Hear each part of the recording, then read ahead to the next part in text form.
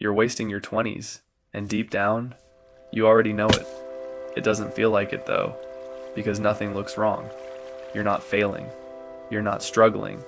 You're just comfortable. And that's exactly the problem, because wasting your life doesn't always look like chaos.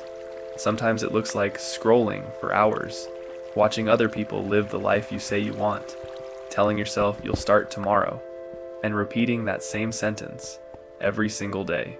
You wake up, check your phone, consume, scroll, watch, repeat, and before you even realize it, the day is gone.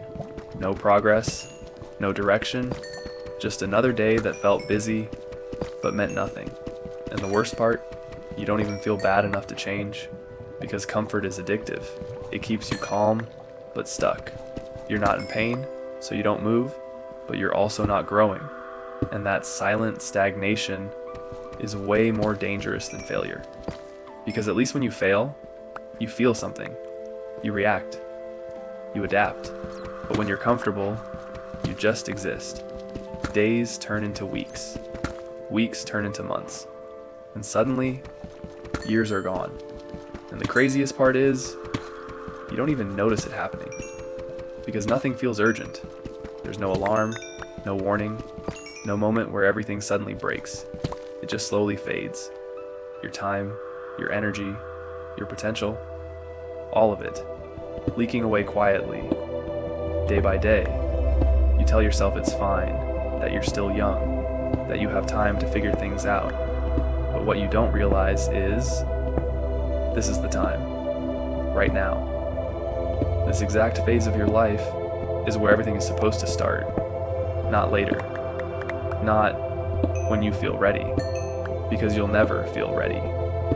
That moment doesn't exist, and while you're waiting for it, life keeps moving. Opportunities pass, habits form. Your identity builds itself based on what you repeatedly do, not what you plan, not what you think about, but what you actually do every single day. And right now, your days are built on distraction, not intention. You don't choose what you do. Your phone does. Your environment does. The algorithm does. It decides what you see, what you think about, what you spend your time on. And slowly, it shapes your entire life without you even realizing it. That's the trap.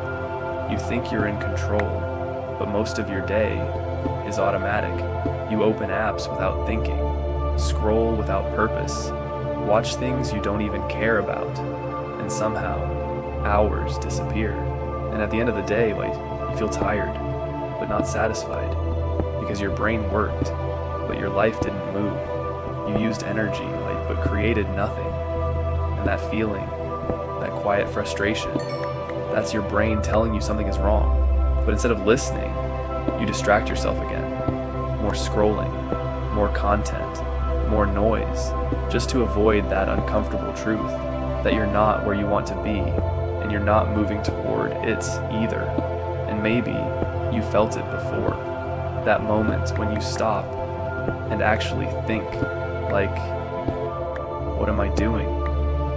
Where is this going? What does my life look like in a year if I keep doing this? And for a second, it hits you. That realization, that discomfort, that clarity. But then you open your phone again, and it disappears. Gone. Replaced with distraction. And that's how you stay stuck. Not because you're incapable, but because you never stay in that moment long enough to change. You escape it every time. And over time, you train yourself to avoid growth, because growth feels uncomfortable.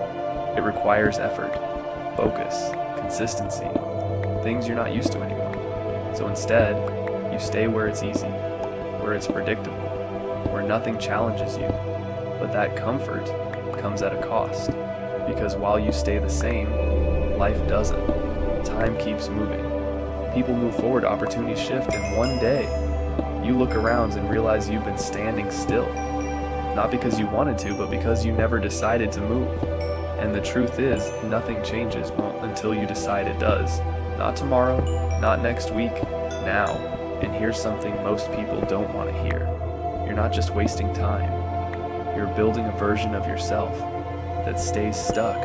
Every single day you repeat the same patterns, you're reinforcing that identity, not just actions, identity. The person who delays, the person who avoids, the person who chooses comfort over progress. At first it feels small, insignificant, just one more scroll, one more video, one more delay. But repetition changes everything. Because your brain doesn't care about your intentions. It only tracks what you do consistently, and whatever you repeat becomes automatic. It becomes your default. So when you keep choosing distraction, you're training yourself to escape. When you keep delaying, you're training yourself to wait. And after a while, you don't even question it anymore. It just feels normal.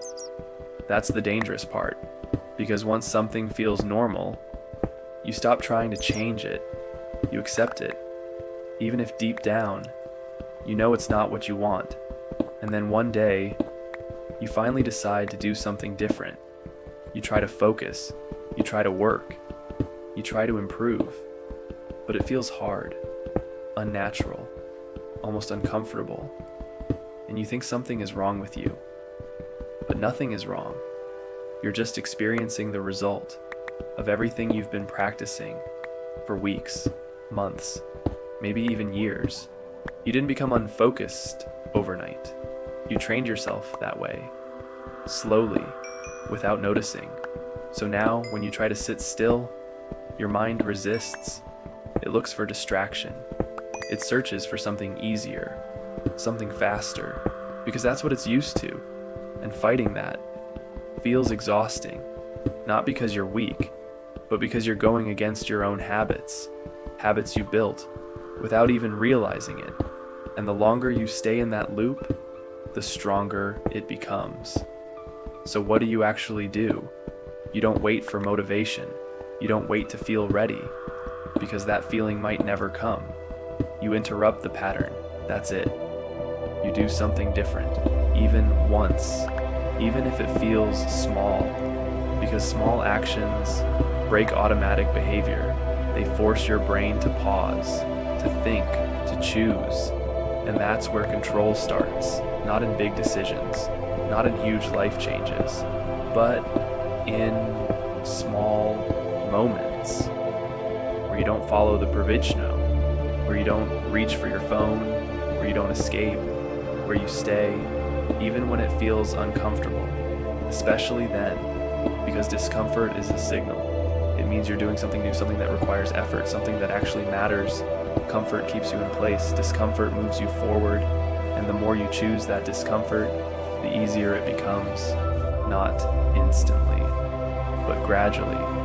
You build a different pattern, a different identity, the person who acts, the person who follows through, the person who doesn't wait, and that shift changes everything, because your life doesn't change all at once. It changes through patterns, through what you do repeatedly. So if you keep doing the same things, you keep getting the same results. But if you change even one pattern, you change the direction. And direction is what matters. Not speed, not perfection. Direction. Because time will pass anyway. The only question is where you'll end up.